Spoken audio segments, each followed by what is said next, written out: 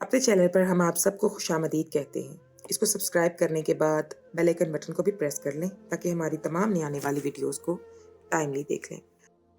इंसान अपनी तकदीर पर राजी होना सीख जाए तो उसकी ज़िंदगी के आधे से ज़्यादा दुख इसी वजह से ख़त्म हो जाते हैं। लेकिन इंसान हमेशा लाहासिल ख्वाहिशात के लिए मारा मारा फिर रहा है। मैं भी अपनी एक ख्वाहिश के पीछे दीवानी हो गई थी, हर हद पार कर गई थी और शायद इस अमल की सज़ा मुझे उम्र भर भुगतना पड़ेगी। मैं मामूल के मुताबिक वजू करके तैयार हुई और चादर ओढ़कर मखसूस कमरे में जाकर बराजमान हो गई। मेरी तैयारी में अब पहले से ज्यादा नफासत शामिल हो चुकी थी और मैं अपने लिबास पर खास तौर पर तवज्जो देने लगी थी।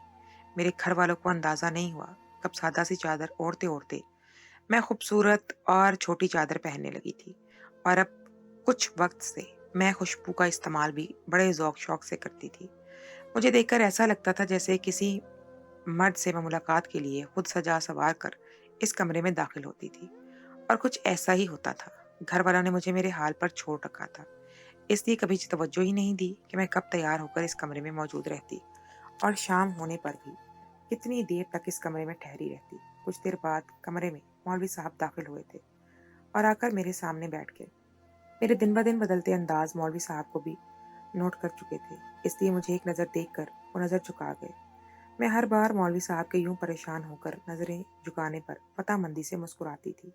मैं अपने हुस्न से वाकिफ थी, मैं खूबसूरत तो थी ही, फिर पैसों से भी खरीदी गई महंगी क्रीमों के इस्तेमाल से मेरा रंग दमकता हुआ और जिल्द बहुत मुलायम थी।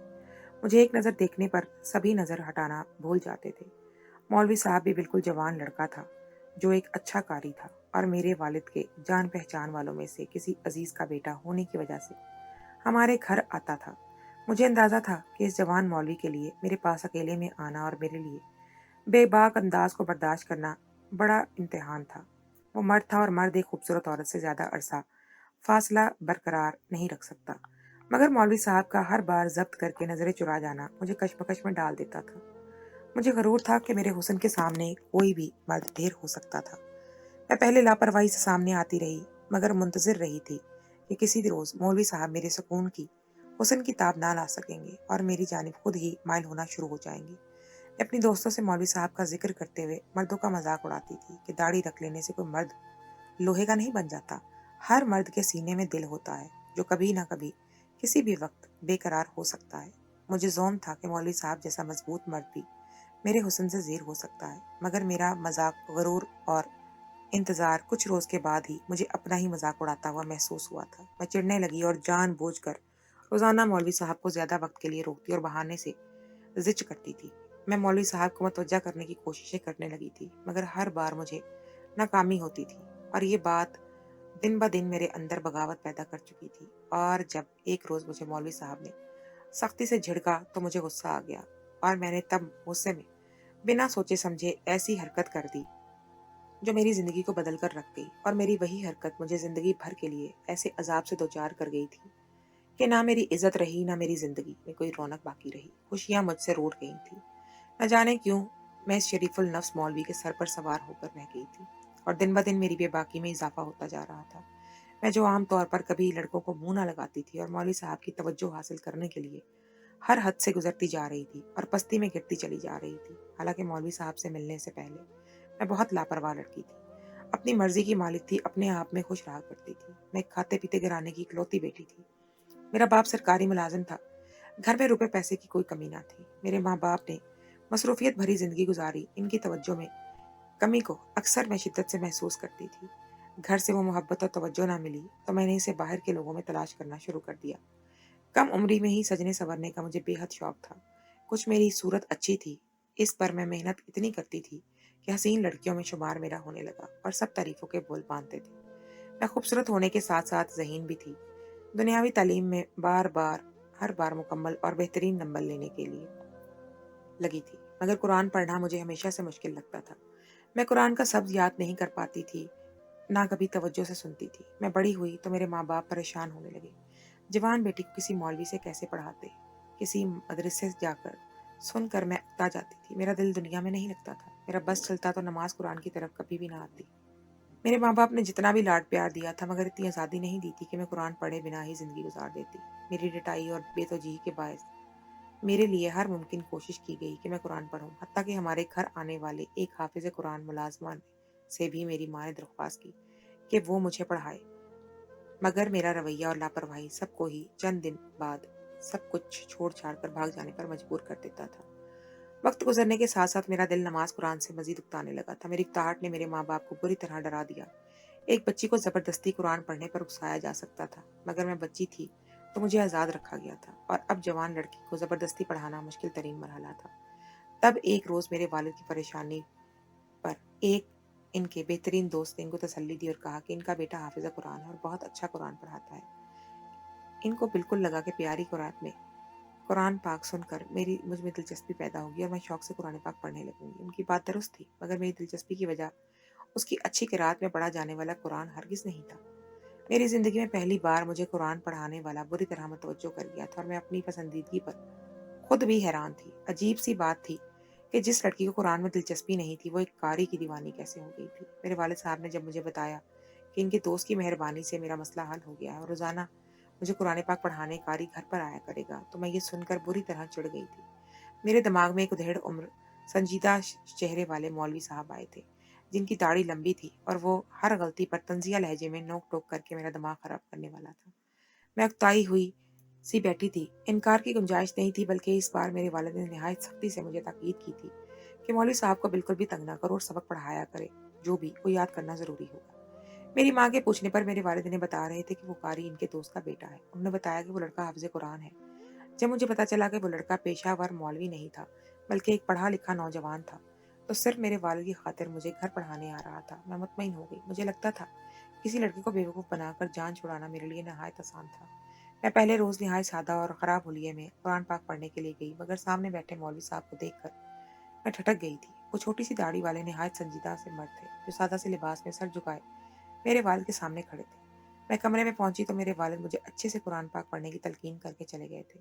मैं सुकून से बैठकर मौलवी साहब का जायजा लेने लगी। मेरे वालिद के दोस्त दरमियाने तबका से थे, इसलिए मौलवी साहब का हुलिया भी बहुत सादा था, मगर मुझे मानना पड़ा कि सादा और आम से हुलिया में भी मौलवी साहब की शख्सियत बहुत पुरकशिश लग रही थी।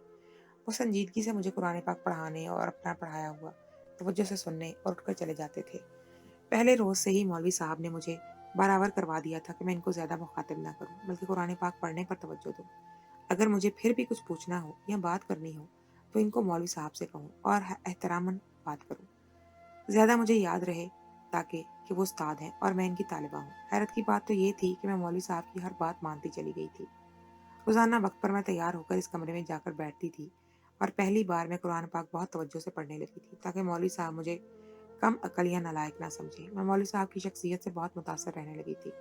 मेरी तवज्जो कुरान से पड़ गई थी, जिससे मेरे माँ बाप बहुत ज़्यादा खुश हुए थे। मगर मेरी दिलचस्पी बढ़ते बढ़ते और रंग इख्तियार करने लगी। मुझे मौलवी साहब से बात करना अच्छा लगने लगा था। मैं बहाने बहाने से इनको मुखातिब करती और जानबूझकर कुरान पाक ना आने का झूठ बोलकर देर तक इनको बिठाए रखती थी। मुझे ये देखकर बहुत हैरत हुई कि बदलाव सिर्फ मैं ही महसूस कर रही थी। मेरी दिलचस्पी बढ़ गई थी, मगर मौलवी साहब का वही पुराना लिया दिया और संजीदा सा अंदाज था। मुझे बुरा लगने लगा कि मौलवी साहब मुझे देखते क्यों नहीं थे। वो सिर्फ कुरान पढ़ाकर चले जाते थे, कभी मुझसे बात नहीं की, ना अच्छा सबक याद करने पर कभी शाबाश दी। मौलवी साहब का तवज्जो ना देना मुझे चुभने लगा था।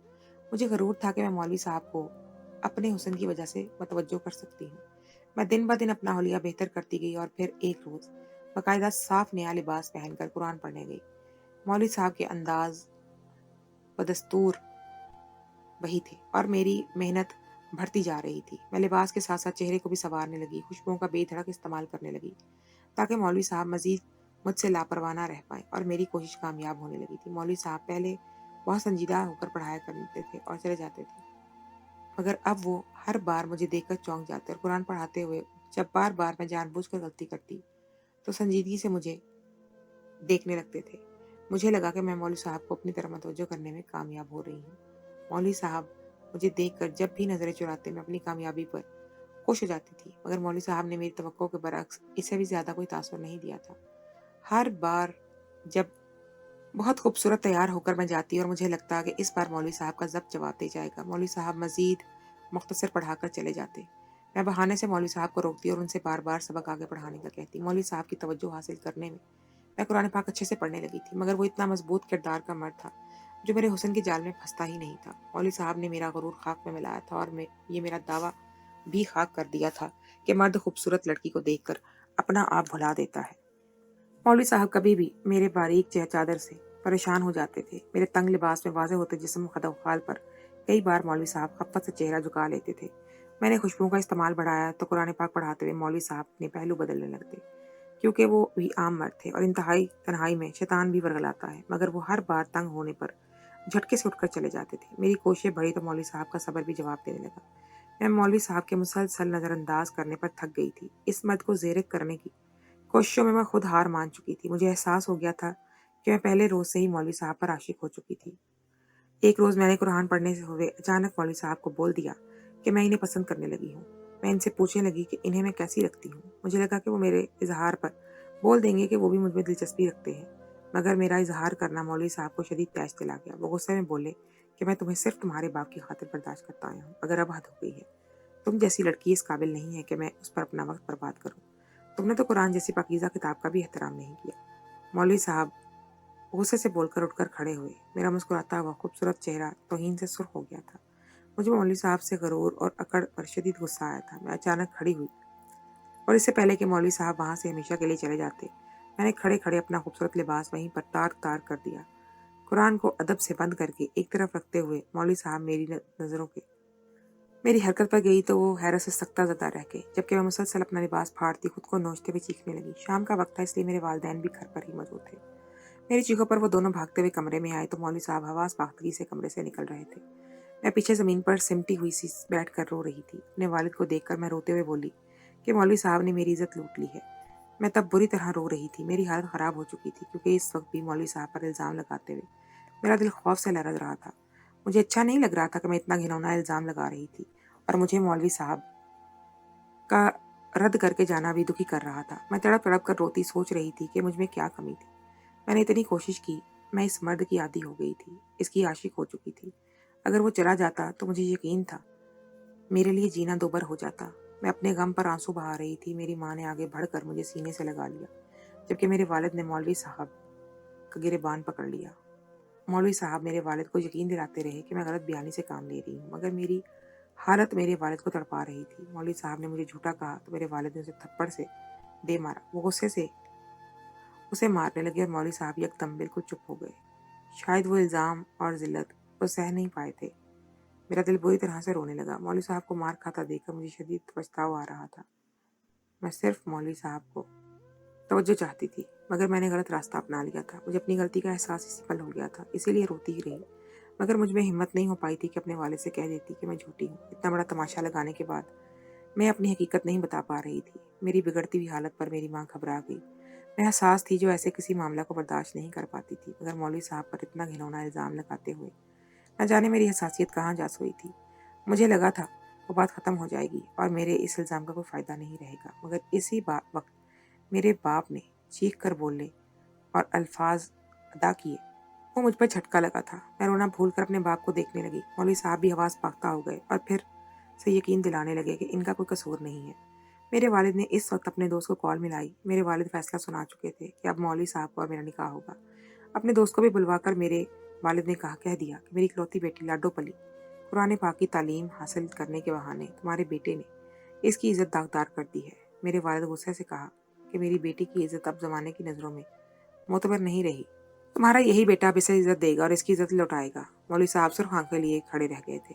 ان کے والد نے بھی میرے باپ سے غصے پر حامی بھر لی۔ وہ عام لوگ تھے، میرے باپ کی طرح روپے پیسے والے نہ تھے، اس سے تماشا بڑھنے سے ڈر گئے اور عزت سے میرا نکاح مولوی صاحب سے پڑھوا دیا تھا۔ میرے دل میں جو افسوس پچھتاوا پیدا ہوا تھا نکاح کا سن کر، وہ سب ختم ہو گیا تھا۔ میں اتنی خوش ہو گئی کہ مولوی صاحب کے بارے میں سوچا تک نہیں تھا۔ ایسا کیسے ممکن تھا؟ ایک شریف انسان کا دل دکھانے کے بعد مجھے خوشیاں مل جاتی۔ تہمت لگانے کی جو سزا مجھے ملنے والی تھی اس کا مجھے اندازہ بھی نہیں تھا۔ نکاح کے بعد مولوی صاحب اور ان کے والد کے ساتھ میں رخصت ہو کر ان کے گھر چلی گئی۔ میرے ماں باپ نے مجھے رخصت کرتے ہوئے صاف الفاظ میں بول دیا کہ مجھے اپنے سسرال والوں سے تھوڑی سی بھی تکلیف دی تو اس بات پر خاموش نہیں بیٹھیں گے۔ میرے سامان میں لاکھوں کے زیورات اور پیسہ تھا، اور اس سادہ اور اچانک شادی پر بھی مجھے میرے ماں باپ کی طرف سے اتنا مہنگا سامان ملا تھا۔ میں مطمئن تھی کہ اپنے پیسے اور تحفے اپنے سسرال والوں میں بانٹ کر انہیں منا لوں گی۔ مجھے خوش فہمی تھی کہ مجھ جیسی خوبصورت اور امیر لڑکی پا کر میرے سسرال والے میرے آگے پیچھے گھومیں گے، مگر جب میں نے اپنے سسرال پہنچی तो मुझे मेरे ससुर और शौहर ने बैठने का नहीं बोला। मेरी सास हैरत से पूछने लगी कि ये लड़की यहाँ क्या कर रही है? आप लोग इसे क्यों लाए? मेरा सजा सवरा रूप देखकर चौंक गई थी। तब मौलवी साहब ने नफरत से मुझे देखकर अपने बाप को सब सच बता दिया। उसके अल्फाज ने मुझे जमीन में गाड़ दिया था। वो बोले कि ये सब कुछ बदकिरदार लड़की का ड्रामा है। शायद मर्दों को लुभाना इसका पसंदीदा मशगला है। शायद इसलिए कुरान पाक पे कभी दिलचस्पी ली ही नहीं इसने। बोला कि मुझे पहले से ही इस औरत ने वर्गलाने की कोशिश की। जब काम नहीं बना तो अपने आप को मेरे सामने बेलिबास करके मुझ पर इज्जत लूटने का इल्जाम लगा दिया और इसके माँ बाप ने अपना ये गंद मेरी जबरदस्ती झोली में डाल दिया। पूरा घराना एक जैसा है। अपनी शादी के बाद मैंने अपने बारे में अपने शौहर से पहले अल्फाज यही सुने थे। मेरे सास ससुर ने भी मुझसे रुख फेर लिया था। मुझ जैसी लड़की जो इनके शरीफ बेटे पर तोहमत लगाकर इनके घर आई थी, इसे कोई कबूल करने को तैयार नहीं था। मेरी नंदे कराहत भरी नजरों से मुझे देख रही थी और मुझे इस लम्हे अंदाजा हो गया था कि मेरी इस घर में क्या हैसियत मिलेगी। मौलवी साहब अपने कमरे में जा चुके थे। सास और नंदे भी अपने अपने कमरे में जा चुकी थी। मैं सर झुकाए खड़ी रही जब मुझे मेरे ससुर ने मौलवी साहब ने कमरे तक बुलाया था और खुद खामोश से चले गए थे। मैं अंदर जाकर परेशान सी एक तरफ बैठ गई। मैं मौलवी साहब से माफ़ी मांगना चाहती थी, अपनी गलती का एतराफ़ करना चाहती थी, मगर मौलवी साहब न जाने किस कॉल पर मसरूफ़ रहे। उन्होंने मेरी तरफ देखना भी गवारा नहीं किया था। मैं इंतज़ार में बैठे बैठे ऊँगने लगी। मौलवी साहब कॉल बंद करके जाने कब अपने बिस्तर पर लेट गए। रात गहरी हुई तो अचानक कमरे का दरवाज़ा बाहर से खटका हुआ। मैं चौंक कर सीधी हुई। अभी मैं अपने शौहर के जाकर जगाती या प्लान बनाती। दरवाजे पर कोई मौजूद है। मैं मौलवी साहब को जगाकर ये बताना भी चाहा कि दरवाजे पर कोई मौजूद है, मगर इससे पहले ही दरवाजे का लॉक खुल गया। तब तक मौलवी साहब की आंख भी खुल चुकी थी। कमरे में अचानक 5 मर्द दाखिल हुए तो मैं बुरी तरह घबरा गई। एक मर्द ने मौलवी साहब के सर पर पिस्तौल तान कर इन्हें खामोश करवा दिया। इन हट्टे कट्टे मर्दों को देखकर खौफ से मैं लरजने लगी। वो मर्द मेरी तरफ मतवज्जो हुए तो चौंक गए। नीम रोशनी में भी मेरी खूबसूरती वाज़ेह हो रही थी। खूबसूरती तराश वाले सुर्ख लिबास से मेरा रंग दमक रहा था। वो मर्द एक दूसरे को इशारे करते मेरे करीब आने लगे। मेरी खौफ से डिग्गी बंद हो गई थी। मैंने मन्नत तरफ नजरों से अपने शौहर को देखा तो ठटक गई। मेरा शौहर मुझे अजीब नजरों से देख रहा था। उसने मुझे बचाने की कोशिश नहीं की थी। मैं अपने शौहर के चेहरे के तासुरात पर दंग रह गई थी। मुझे तब एहसास हुआ कि मैं क्या कर चुकी थी। मैंने अपनी ज़ात को खुद बेमोल किया था। मैंने अपने शौहर के सामने खुद को बदकिरदार साबित किया था और इस ज़बरदस्ती रिश्ते में बंद कर मेरे शौहर को मुझ पर एतबार नाम की कोई चीज़ बाकी ना रही थी। इस रात मुझ पर जो क़यामत गुजरी वो मेरा एतमाद और मेरा गुरूर अपने साथ बहा ले गई थी। मेरे चीखने की आवाज़ पर मेरे ससुर की आंख खुल गई थी। वो भागे भागे वहां पर हमारे कमरे की तरफ आए। मेरे ससुर के वहां आने पर उन डाकुओं ने मेरे ससुर को भी काबू कर लिया। वो शायद अभी घर में फैलकर डकैती करना चाहते थे। मेरी जवान खूबसूरत नंदे दूसरे कमरे में मौजूद थी। वो रात हमारे घर पर बहुत भारी गुजरी थी। अगली सुबह उन डाकुओं की आमद से सारा इल्ज़ाम मुझ पर लग गया। मेरी सास रोने लगी कि इस लड़की के आते ही मर्दों ने हमारे घर का रास्ता देख लिया। मैं बदहाल सी बिस्तर पर पड़ी आंसू बहाती रही थी। पहले अपने घर में मैंने खुद तमाशा लगाया था, फिर रुखसत होकर आई तो शादी की पहली रात ही 5 मर्दों ने डकैती की खातिर आकर जो हाल किया, उस परेशानी और जहनी दबाव की वजह से मैं बीमार हो चुकी थी, मगर किसी को भी मेरी परवाह नहीं थी। सुबह से मेरे घर में रोना चीखना फैला हुआ था। मेरी सास गुस्से से चीख रही थी कि इस लड़की को घर से निकालो, वरना ऐसे हालात में मेरी बेटियों का भी नुकसान हो सकता है। मैं डर गई और मैं अपनी हालत की परवाह किए बगैर उठकर अपनी सास के सामने गई। उनसे मिन्नतें करने लगी कि वो मुझे इस घर से ना निकालें। मैंने मौलवी साहब से बात करने की कोशिश की क्योंकि वो कमरे के अंदर के हालात अपनी नज़रों से देख चुके थे। मेरा नुकसान और मेरा खौफ से रोना मेरे शौहर के सामने था, मगर वो मेरे गवाह बनने के बजाय अचानक गुस्से से मुझे धक्का दे गए। इस लड़की ने खुद बुलाया होगा इन मर्दों को। हमें क्या खबर, इसी के जानने वाले होंगे। जिस दिन से मैं इसे निकाह करके लाया हूं, इसी रोज से क्यों डाकू हमारे घर आ गए। मेरे शौहर नफरत से बोल रहे थे। मैं हक्का बक्का रह गई थी। मुझे तब अंदाजा हुआ कि रात को इन मर्दों के करीब आने पर मेरे शौहर ने उन्हें रोका क्यों नहीं था। मैं रोने लगी। ज्यादा नुकसान तो मेरा ही हुआ था, फिर भी किसी को मेरा एहसास तक नहीं था। मैं यकीन दिलाती रही कि मेरा इसमें कोई कसूर नहीं है। मैं खुद इन डाकुओं की आमद से खौफजदा हो गई थी, मगर मेरे रोने पर मेरे शौहर ने मुझे तंजिया नजरों से देखते हुए जो अल्फाज बोले वो मेरी जुबान को ताला लगा गए थे। इस जुमले के बाद मैं ऐसी चुप हुई कि दोबारा अपनी बेगुनाही का यकीन भी दिला नहीं पाई। इसके बाद मैं ऐसी चुप हुई कि दोबारा अपनी बेगुनाही का यकीन भी नहीं दिला पाई, क्योंकि वो अल्फाज मेरी जुबान को ताला लगा गए थे। मेरे माँ बाप इस रोज़ मुझे मिलने आए तो मेरे ससुर ने सारा वाक़या मेरे वालिद को बताया। मेरे माँ बाप घबरा गए। मेरे बाप ने उसी वक्त गुस्से से अपने एक जानने वाले पुलिस ऑफिसर को कॉल करके सारा मामला बताया और तफ्तीश करने का कहा। मैं बिल्कुल साकत सी बिस्तर पर पड़ी थी। मेरे माँ बाप ने मुझे अपने साथ ले जाने का कहा, मगर मैं इनकार कर गई। मैं अपनी अना और इज़्ज़त नफ्स को मार कर इस मुकाम तक पहुंची थी। मुझे खौफ था कि मैं घर गई तो मेरा शौहर मुझसे जान छुड़ा लेगा। मेरे माँ बाप ने भी जिद नहीं की। वो नहीं चाहते थे कि मैं अब घर जाकर बैठ जाऊं। میرے گھر والے چلے گئے تو میں نے کمرے میں اکیلی پڑی رہ گئی۔ پورا دن کمرے میں کسی فرد نے جھانکا تک نہیں تھا۔ میں گھٹ گھٹ کر روتی رہی اور مولوی صاحب کو بولا جملہ یاد کرتی رہی۔ جب میری رونے پر مولوی صاحب نے اجنبی لہجے میں کہا تھا کہ تمہارے ماں باپ نے بھی میری بے گناہی کا یقین نہیں کیا تھا، میں بھی ایسے ہی وضاحت دیتا رہا تھا، مگر تمہارے باپ نے مجھ پر ناحق ظلم کرنا شروع کر دیا۔ تم میری گواہ تھی مگر تم خاموش رہی۔ آج مجھ سے بھی کوئی توقع مت کرو۔ مولوی صاحب نے مجھے جتا دیا تھا کہ اب عمر بھر اعتبار کا رشتہ قائم نہیں ہو سکے گا۔ میری غلطی بڑی تھی جس کی مجھے معافی نہیں دی گئی۔ میرے اپنے سسرال میں وجود بالکل بھی ناکارہ ہو گیا تھا۔ ہر وقت مجھے بد کرداری کے طعنے ملنے لگے۔ میری نندیں مجھ سے دور دور رہتی تھی کہ کہیں وہ بھی بد کردار نہ بن جائے۔ میرے شوہر کی نوکری ہوئی تو تبادلہ کروا کر وہ دوسرے شہر چلے گئے اور میں سسرال والوں کے رحم و کرم پر آ گئی۔ تفتیش سے ان ڈاکوں کی حقیقت سامنے آ گئی تھی۔ کالج کے زمانہ میں ایک لڑکے کو مجھ سے، یا سچ کہوں تو میری دولت میں دلچسپی تھی۔ جب میں اس کے لاکھ ورگلانے پر بھی نہیں مانی اسے شادی کے لیے، تو اس نے اس حرکت سے میرا کردار مشکوک بنا دیا، جو کہ پہلے ہی قابل اعتبار نہیں رہا تھا۔ میرے اس گھر میں آنے پر پیسہ زیور وہ دیکھ چکا تھا۔ میں اپنے ساتھیوں کے ساتھ آ کر وہ سارا سامان لوٹ کر لے گیا۔ مجرم پکڑا گیا تب بھی میرا کردار بحال نہیں ہوا۔ ہر وقت تانوں کو کوسنوں سے تھک کر ایک روز میں نے اپنے سسرال والوں کے سامنے اپنے باپ کو سچ بتا دیا۔